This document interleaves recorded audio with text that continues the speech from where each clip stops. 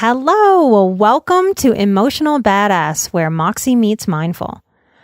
I'm your host, life coach and psychotherapist, Nikki Eisenhower, and on today's episode, we are discussing the Michael Jackson documentary, Leaving Neverland.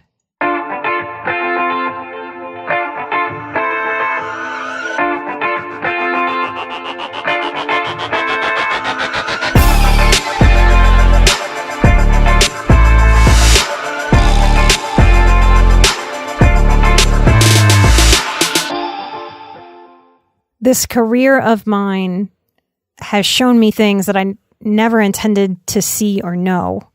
And what I've come to believe is that there are a few celebrities that seem to have a mega pull on our heartstrings as a culture. The week Robin Williams died was one of the busiest I've had in the 10 years I've worked for myself. Person after person came in asking me if it was weird that they were really affected by his death. Michael Jackson is one of those celebrities. I, of course, have never met or worked with either of these celebrities, and I'm not suggesting that I have a handle on their private lives, and I'm not making diagnoses. I've had so many people, clients, colleagues, acquaintances, friends over the last month or so mention this documentary to me. I think it's an important thing that I address here on Emotional Badass. Maybe I can tap into this issue and help us sort out the kinds of feelings that we're having and how we can use the pain in this story to grow as individuals and as a culture. I know that some of you out there have watched this documentary, and many of you couldn't finish it due to the graphic explanations of the survivors. If you were sexually abused, manipulated, used as a child, it can be startling to go from a lifetime of holding the secrets and holding them very tightly. In trauma, we say that the devil is in the details. And for survivors of such abuse, it is therapeutic to release the details. It can be startling to have a lifetime of holding those secrets and then seeing someone who's at a different stage in healing name what happened and with specificity. This is often how we clear the hurt and the pain that's wrapped up in those very intimate details of such an intimate abuse. As a side note, I want to talk to therapists and varied healers in the field for a moment to say many of you will learn a technique in your trauma healing that encourages walking survivors through those details.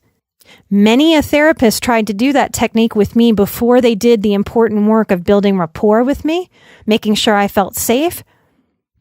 It's re-traumatizing to ask a client to do that work before they're ready and before that bond is strong, because there needs to be a strong bond there to be able to do that work. Many healers get excited about the technique that they've learned and the hope of healing, but a technique is not an art form. So if you're a healer and you struggle with when to pull that technique out or how to pull that technique out or when to know that it's the time, know that you are welcome to have sessions with me about that so that you can grow into some confidence about the art of healing that you're offering. Sometimes the bond to be able to do this work might take 6 months to years. And healthcare people, you must understand that the average person out there has poor experiences with getting mental health help. And trauma survivors have been so pathologized for their symptoms. They have depression, they have anxiety, instead of being walked through and handheld on the journey of understanding, no, sweet survivor, nothing is wrong with you. You're supposed to be depressed and anxious if someone has violated your body, your heart, your spirit, and your innocence. It's our job as healers in the field to educate our individual clients and the public on the value of spending money, time, resources, building that bond. And as practitioners, we need to be better about knowing what space we can hold well and what space we can't for survivors.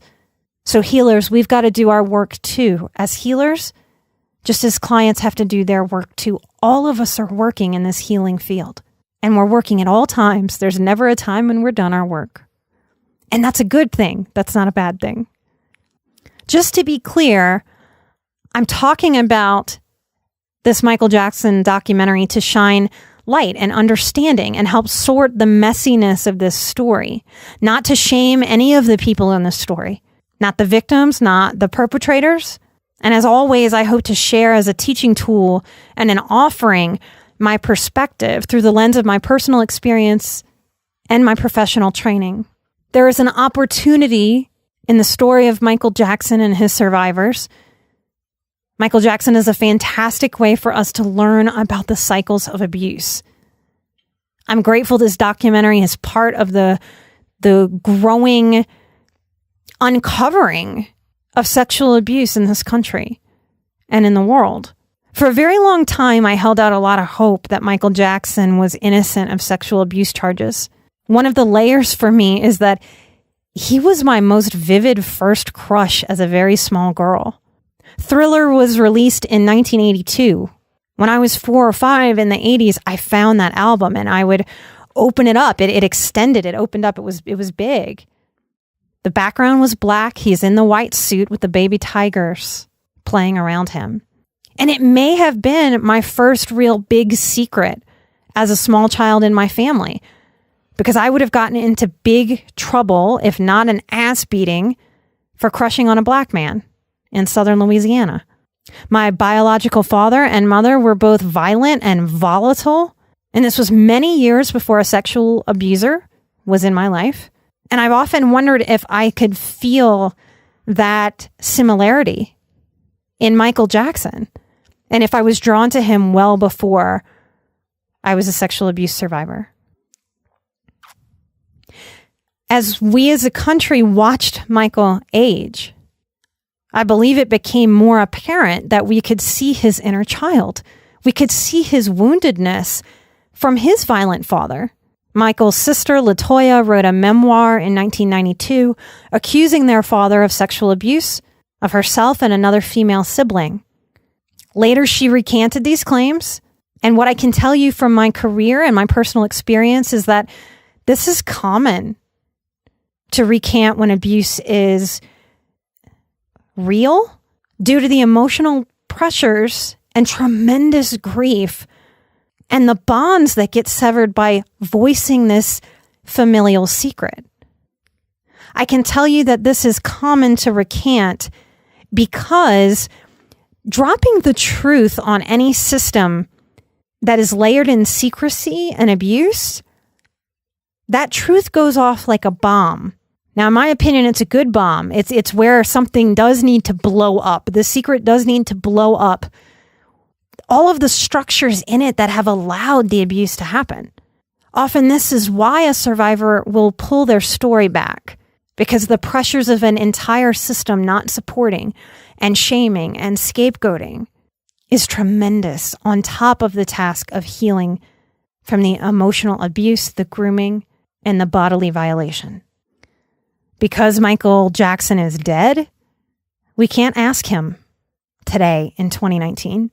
We'll never really fully know, even if other family members come forward to confirm or deny. And that's a very sticky trapping of any system where someone is outing abuse.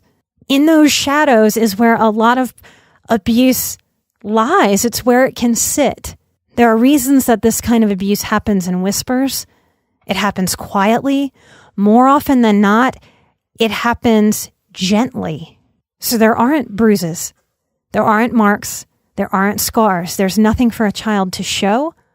And there's little for an adult to see. I think many of us struggle to accept Michael Jackson as a predator because his inner child was so visible. To our collective minds, an abuser seems big, looming, powerful, and overpowering of the innocence and vulnerability. There was so much innocence and vulnerability we could see and sense and feel and hear in Michael himself. To have to see innocence and vulnerability while considering predatory behavior, that's our cognitive dissonance. This is why it's so important in healing work and in really just being a human. I think it's important that we learn how to hold multiple, sometimes conflicting truths. Michael's celebrity held a big looming power in a way that his physicality maybe didn't, at least for those of us who were watching from the outside looking in. His celebrity was dangerous for children and dangerous for our society in terms of cycles of abuse. Because the parents of children, if those parents had low insight and low empathy, those parents can easily be bought by shiny things.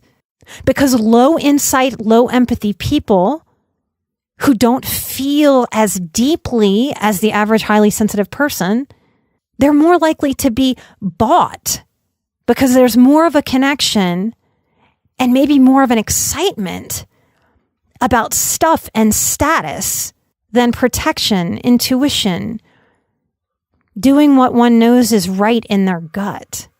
So these low insight, low empathy parents are easy to manipulate with something like celebrity. And not just big, giant Michael Jackson level celebrity.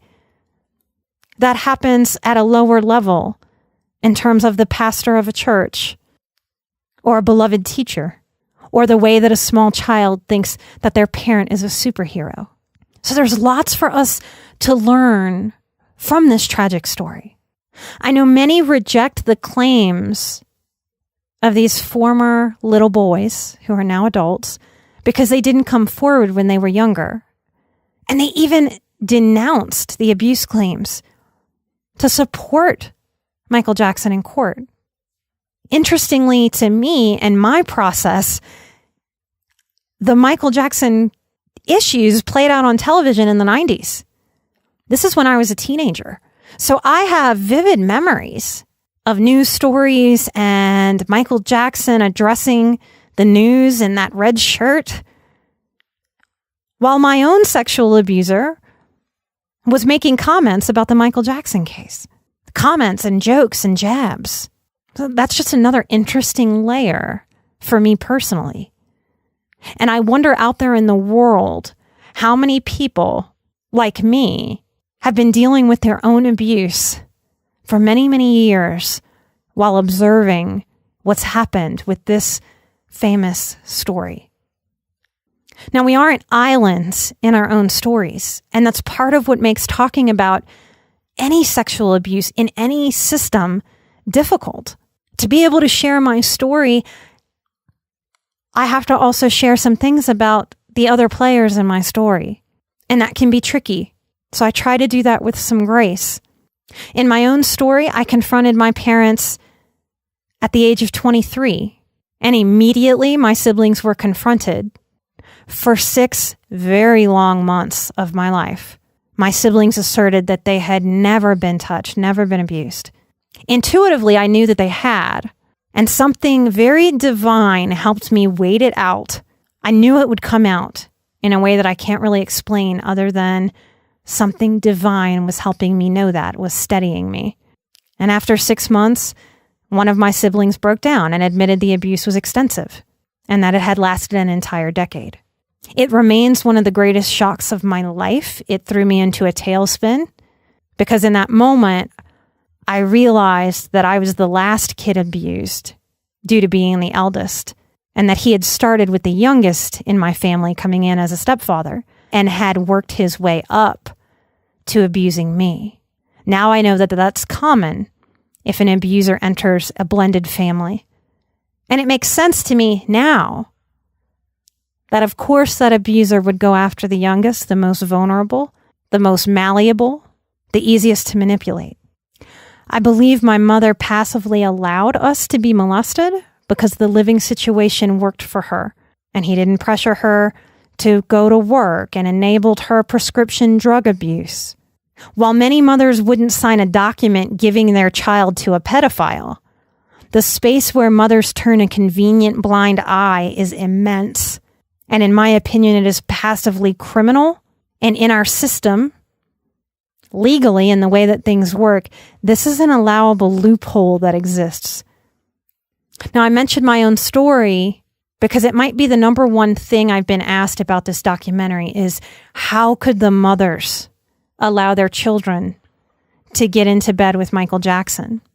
Those mothers allowed themselves to be mystified by the lifestyle, by his pampering, by the extravagance. It takes a lot of time for a groomed child to find the truth. Many of us never do and take it to the grave. The fear of the bombs that go off as the truth drops keeps many a survivor silent. I believe one of the uncomfortablenesses, if that's a word, of our feelings collectively as a society about Michael Jackson is that most of us don't have boundaries education. So most of us have a very dysfunctional relationship with boundaries. We don't have boundaries till we are so disgusted, pissed off, and fed up that we have no idea sort of where to put someone like Michael Jackson in our psyches. He represents how torn we often feel. And I want you to know that torn is okay. We don't have to hate Michael Jackson or any abusers to deal with the issue of pedophilia in our society. It's okay if hating is part of your process and that's just where you are. Anger lets us know that our boundaries have been crossed and violated. But in healing, we learn and grow into over time this idea that we can and need to be in the gray of things. So when it comes to where do I put Michael Jackson sort of in my head, it's holding multiple truths. I have so much compassion for Michael Jackson, the lost child, the tender, gentle soul who created beautiful music, who donated much to help children in the world and the planet. You can see that in this documentary, that the little boys who grew up into men, they don't hate him.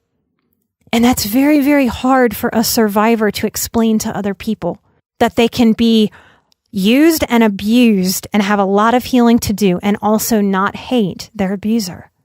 Part of the grooming process is that that abuser is often the closest, kindest, most gentle, most connected person in the survivor's life. The confusion of how to feel about an abuser keeps a lot of people stuck for years and decades and lifetimes. It doesn't have to. I have so much compassion for the now grown men who were abused by him, that Michael's childhood was stolen from him by an abusive father, and that stolen childhood created more stolen childhoods is tragic. I hope that this documentary helped these men heal. I hope it helped them own their truth. I hope it helps every single viewer understand more of the complexity of how sustained, systematic grooming and childhood sexual abuse can happen. It happens in the lowest socioeconomic status, and it happens in the highest socioeconomic status, and it happens at every level in between. For me, and remember, we can disagree respectfully as a tribe, but for me, I will continue to listen to his music when it comes on, when I hear it in public. Not just because I like it, not just because it's nostalgic for me and represents some different moments that were happy for me in life, but because it reminds me that few people are all bad, even those who violate children. And it's a reminder to me that hurt people, and it energizes me to keep going and helping people heal their hurt so that these cycles of abuse stop. If he were still alive, I'd advocate for prison time and lifetime sex offender status and zero contact with children for Michael Jackson. I would also advocate that the parents, just as I pressed for my own mother to go to prison, to be charged with some kind of crime like gross negligence, particularly for the mom in the documentary who allowed her son to go back into Michael Jackson's bed after others had made allegations public. If those now grown men hear this episode, I want to thank them for their story. I want to thank them for sharing the nitty-gritty details in this uncomfortable disclosure that was uncomfortable to assert and uncomfortable to hear.